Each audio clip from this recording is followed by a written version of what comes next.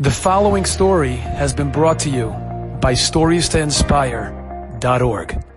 They say a story that Rav Moshe Feinstein Zatzal was known, did not waste a second.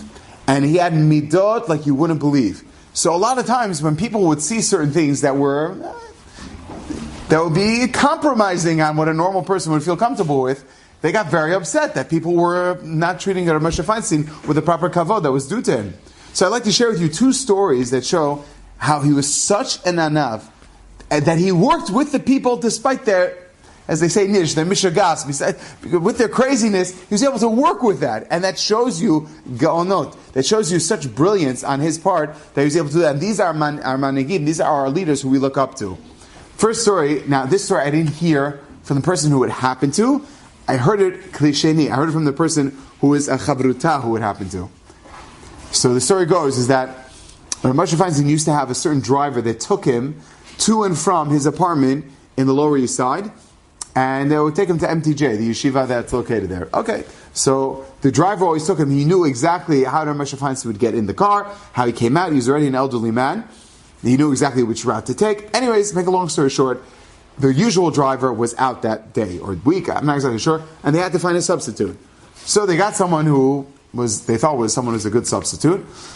And the way it usually worked was that whoever the driver was, he would walk, he would hold the door open for the Rosh Yeshiva to come in, and then when the Yeshiva was getting in, he would shut the door and then move around and then go to the driver's seat and then get ready to go. Now he had an entourage of people that followed him, asking him she'elot or discussing different things with him as he was walking towards the car. So this new driver, as you can imagine, he was quite nervous. It was his first time taking the Gadol Adar. He's taking him into the car, and he was very nervous, and they didn't tell him how he went into the car. He figured, okay, people get in the car. But Rav Moshe Feinstein wasn't a young man by that time, and it was very difficult for him to go in. It seems like he had problems with his back. So basically when he would go in, it seems like he would have to go in and he wouldn't want to fall or hurt himself. So he would grab onto the top of the car to lower himself in and sort of like swing himself in and pivot into the car, and then he would let go of his hand and then shut the door. Now this person did not realize that. So when Rav Moshe Feinstein we started going into the car, he was so nervous that the person who behind was asking the questions, he's like, okay, don't worry about it, we'll answer the questions later, not seeing that the Rosh Yeshiva's hand was still on top of the car. And he took with all of his might, because he was so nervous and excited, he slammed the door shut. Now, I don't have to tell you what that pain is, but you could imagine how great that pain is. The door shut! Now, it's not like we're talking about like that little rubber piece that prevents it from shutting. It's like, whoa, what are you doing? The person had good reflexes, right? So Rav Moshe Feinstein was holding on very tightly because he didn't want to fall. The door slammed shut. It actually slammed shut on him. And it's metal doors. We're not talking about the garbage plastic they make cars with. And the door slammed shut. And the story goes is that as the person walked by, now they corroborated this because as the person walked by, Rav Moshe Feinstein waited until the guy walked around the car. That's another 2 seconds of his hand stuck. And the person who was asking the she'elot behind, he noticed for some reason, Rav Moshe Feinstein opened the door of the passenger side because he saw the light go on. He opened the door of the passenger side and then the door got shut. So he's wondering, what happened? He just came into the door, got shut. He's opening the door and shutting the door. He didn't understand what's going on. Anyways, he proceeded to ask his questions. And Rav Moshe the whole time was holding onto his hand, very calmly answering the questions. Yes, no. Oh, this is a good question. Oh, I have something to say about that. They were driving for the next 10 minutes all the way down to MTJ until they found the place in front of the yeshiva. They got him out. Rav Moshe Feinstein was let out. The person opened up the door for him. He gets out of the car. As he gets out of the car, again, he's still holding his hand. He says, thank you so much. I really appreciate that. And thank you. I really appreciate this. Is your first time doing that. That's so pleasant drive, and I really appreciate it. Thank you so much. And he was so proud, this guy. He jumped into the car and he drove off. As he drove off, Rav Moshe was waiting. The person was asking the questions. He was answering. He was waiting till the person turned the corner. As the person in the middle talking, when he turned the corner, he turned to him and says, I'm really sorry to ask you this, but can you please take me to the hospital right now? He said, hospital? Why? Is Shiva okay? And he reveals his hand. And the person saw it. It was like cut deep. It was bleeding. And it did not look good.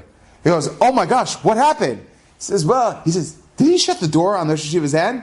Well, I don't know. It was an accident. It happened so quickly. I'm not really sure. But we need to get to the hospital because I'm in a lot of pain right now.